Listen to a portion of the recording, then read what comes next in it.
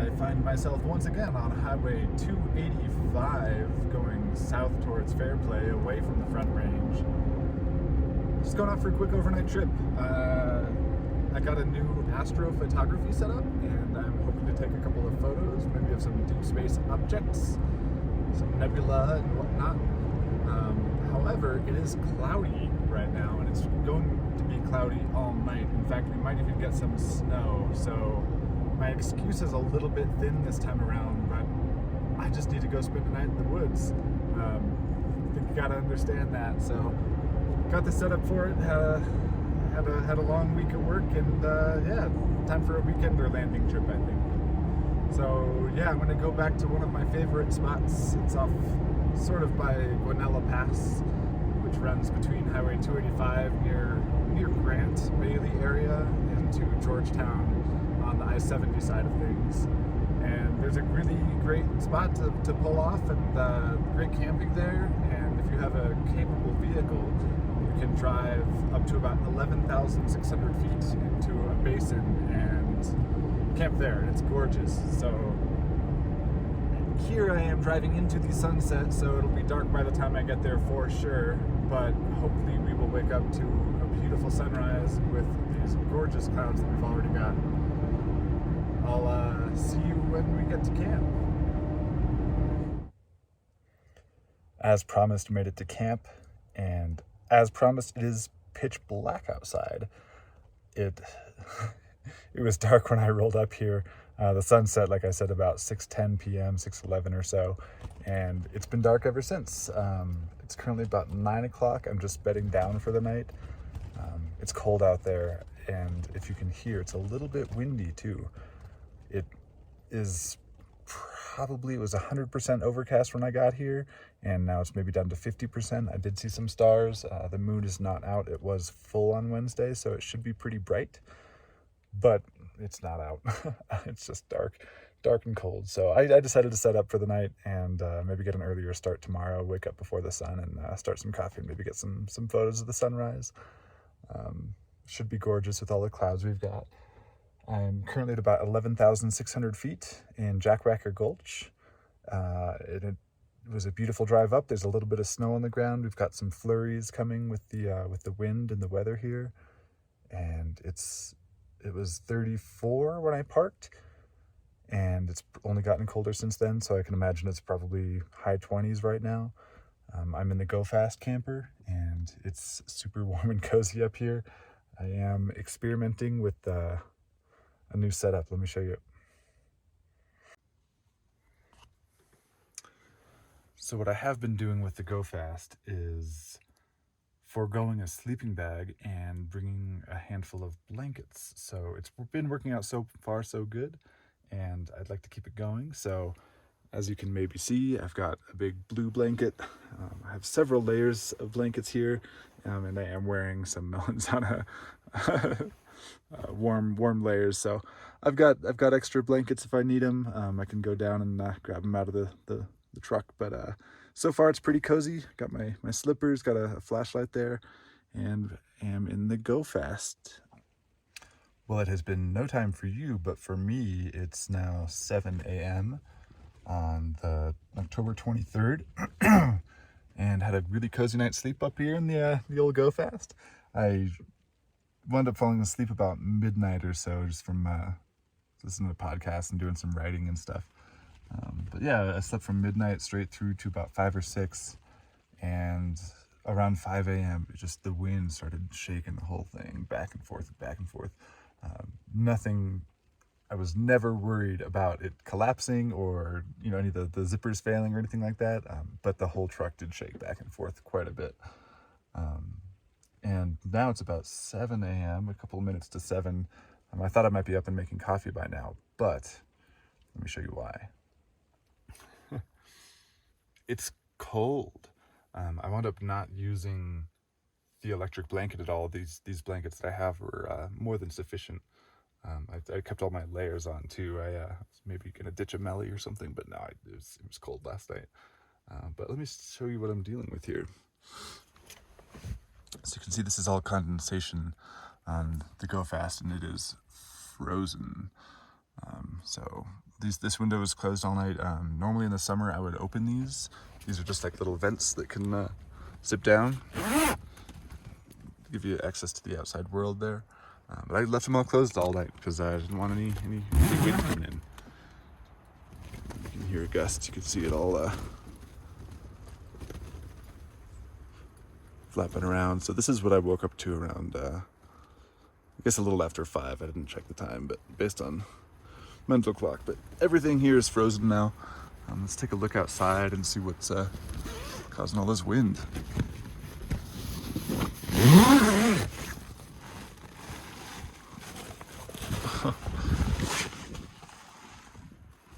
We are in veritable winter wonderland now. We are completely socked in here. Denver's just down there somewhere. I haven't been out there yet, but based on what's on my chair, it looks like we just got a little dusting. I don't think there's a ton of accumulation, but maybe half inch or so. But it's really pretty. Jackwhacker Gulch. You can see the one of the little mining cabins down there. Fun place to come visit. But yeah, I'm not super inclined to go out there just yet. So I think my plan of attack for today is going to be stay in the Go Fast, clean up camp, put the bed back together, roll up the mattress, all that, and make coffee in the Go Fast. I'll see if I can capture some of that.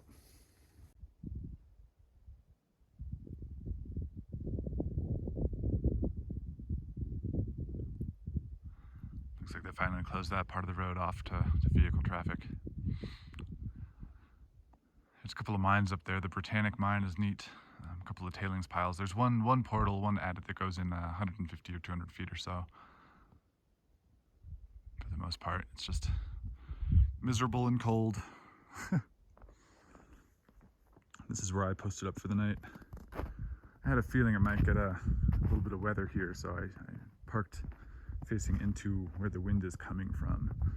So it is a little bit chilly still, but it's nice to have the brunt of the wind all hitting the top of the Go Fast there, and not the actual tent fabric at all. So yeah, like I said, a little bit of accumulation, a couple of inches behind the truck and the lee of the truck, but for the most part it's not so bad. We'll be able to drive right out of here. There's a water crossing that might get a little spicy. It's all frozen over right now, so we might have to break through the ice there, but yeah, interesting day to come up and camp.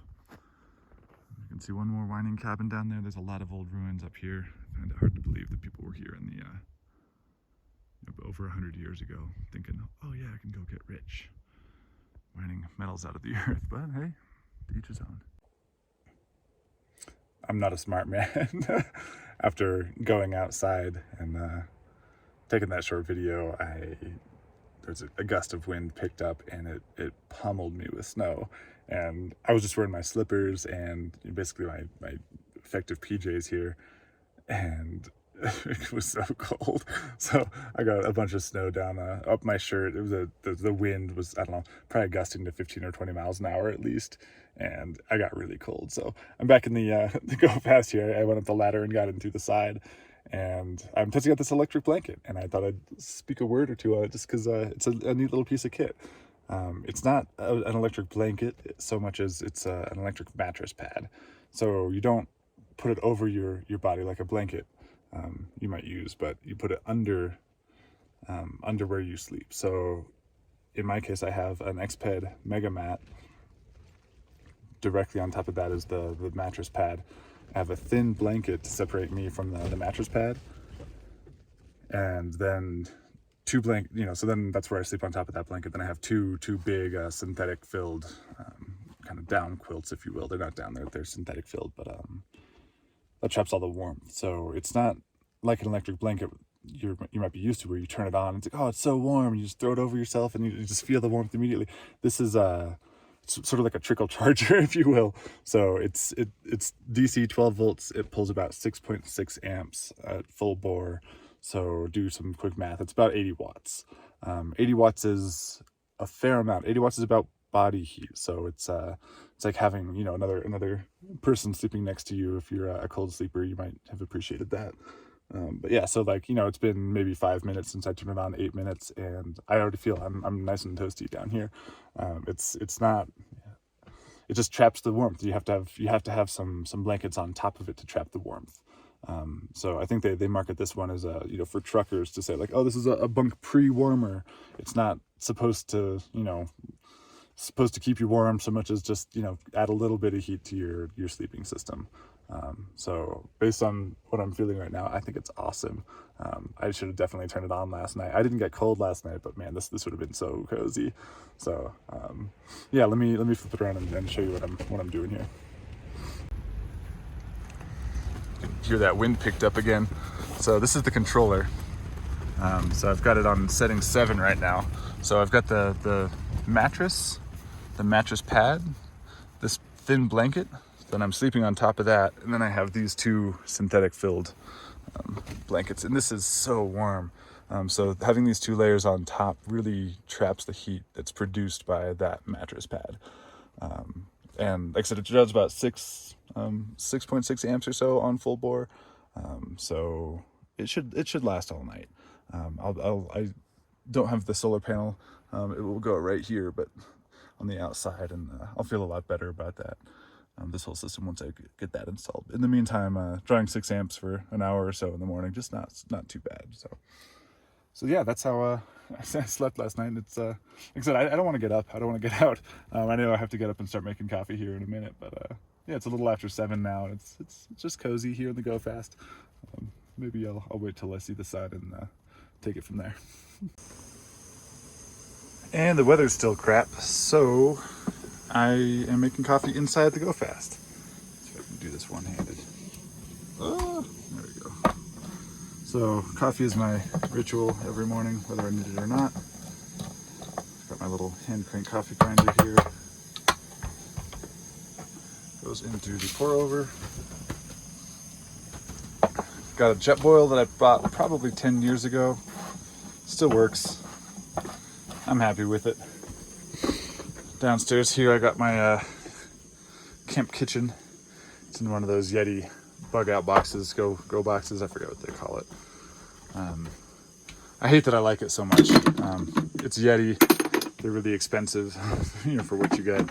But for being a camp kitchen, you know, I got some oatmeal and coffee filters and stuff in there, and just for what it is, it's just perfect. No one else makes anything quite like it on the market. So I'm a little sad that they are so prohibitively expensive, but you know, for me it was a one-time buy. I don't think I'm actually going to eat any oatmeal this morning.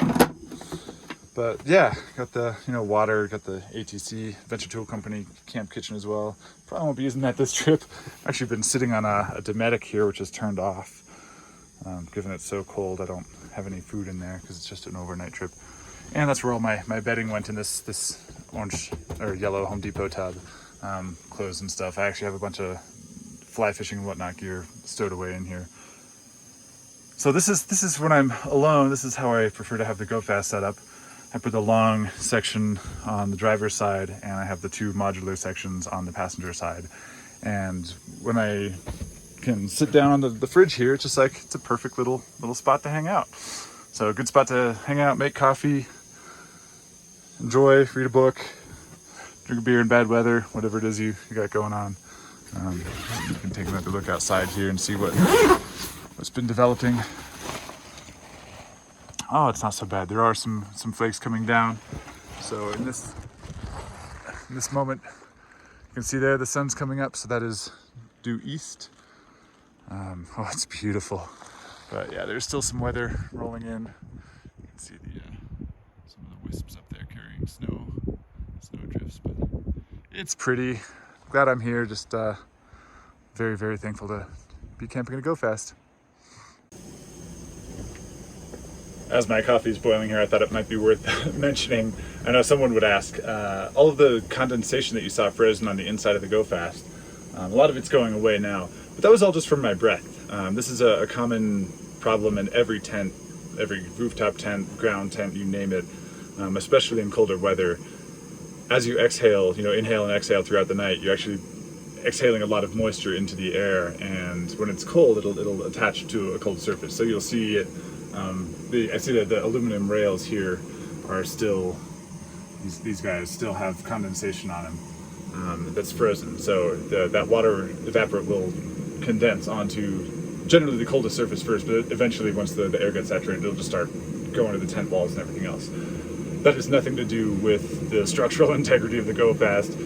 It does not leak. I've camped in the rain in this thing before, and it is dry as a bone inside. That's one of the things that's good about it. The design with the flaps and everything. It's very well thought out. Someone spent some time on this.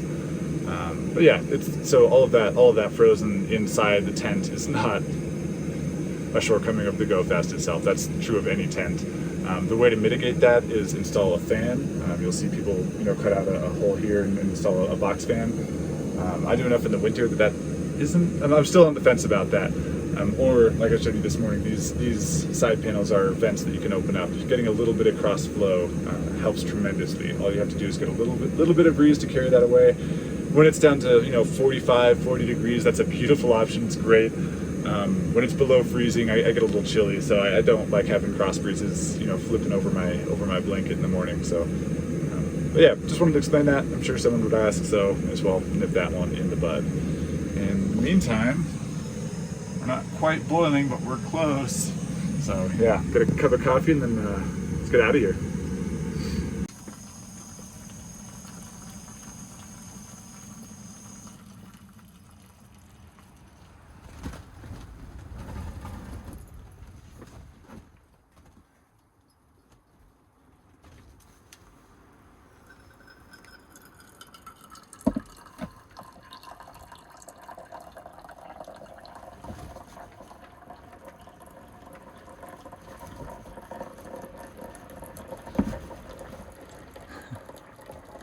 That wind still has not died down here as I'm making coffee.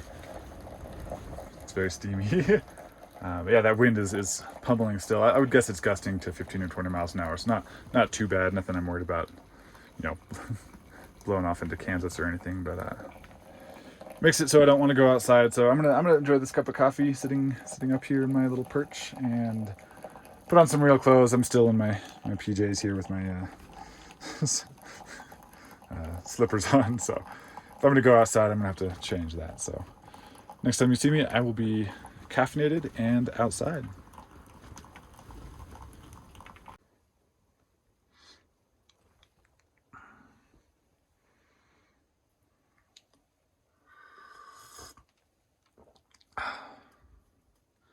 Yeah.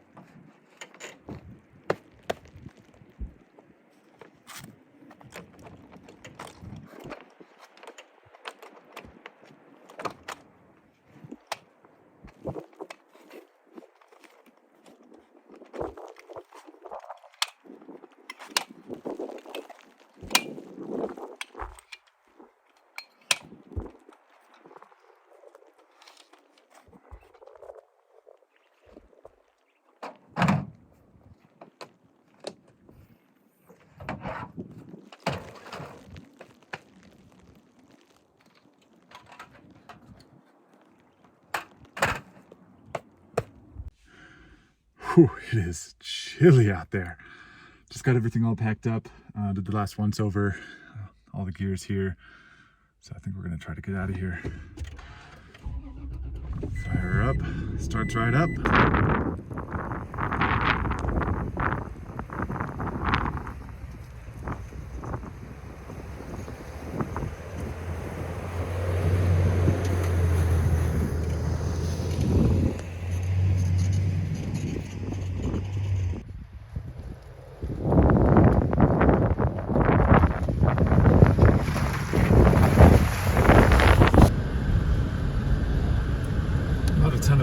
circulation, but enough to make it a little spicy here. So I have my tire pressures way down. My brakes are very, very cold and pretty much ineffective. So once you start going downhill, it might get a little bit more exciting. But in the meantime, the road's pretty good, not a ton. A little bit of slipping and sliding, but it just makes it exciting, you know?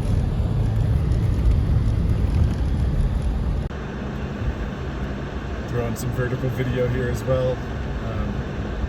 This is a part that's a little bit off camber sometimes. I have it in 4 low, shifting down to first gear because my brakes are kind of trash. This is about where the snow accumulates first. So I bet if you come back in a week or two, this will be a snow drift that is likely impassable without a snow machine. So this is where the money meets, you know, the rubber meets the road, and buck stops here. Make some metaphors here. But yes, I'm just taking this super slow. Camera won't even focus. But yeah, it's a little sketchy, a little off camber. Sliding down could be very, very bad news.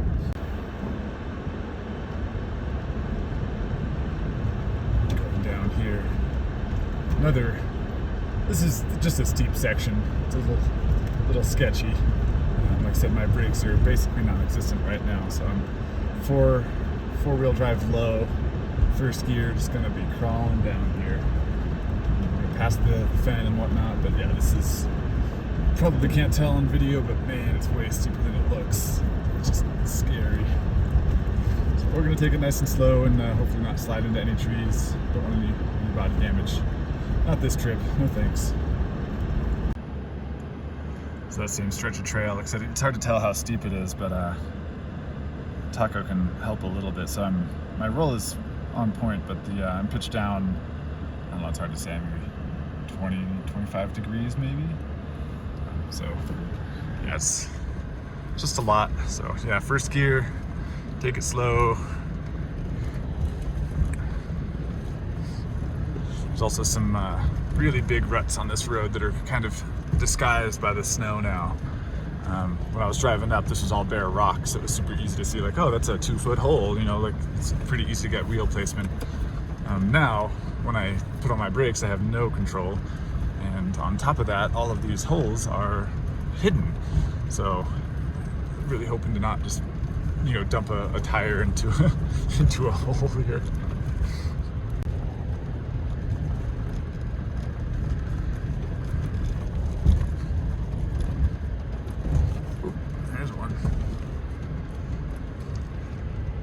Steep, narrow shelf road, nothing like it. Thanks, Colorado.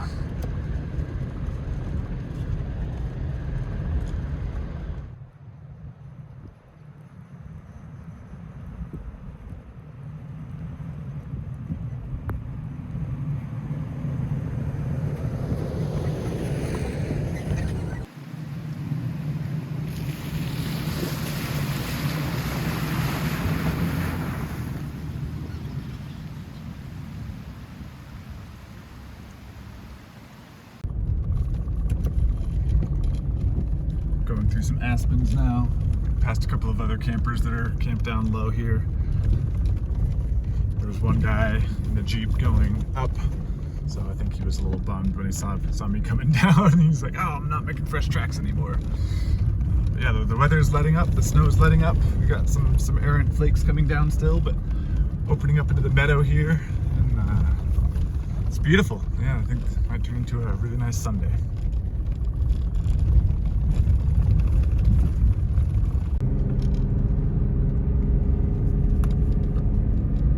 Headed up over Guanella Pass now, and it is a bluebird day. I can't believe it. It's so pretty up here. We're on the shelf road coming up to the top of the pass here, and on the flip side we'll run into some trailheads. Uh-oh, some flashing lights. Flashing lights were just a snowplow from Clear Creek County, and of course he plowed to the county line and turned around, and that's it. Ooh.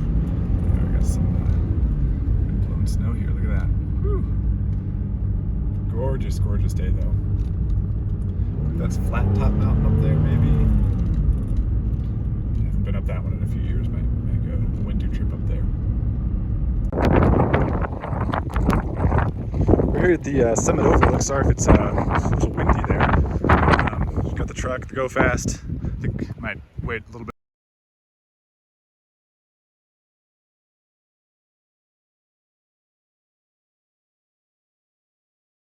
Just a second, this is the Sawtooth Ridge between Mount Bierstadt and Mount Evans. It's a super fun scramble to get between the mountains. But yeah, it's a gorgeous day, a little windy.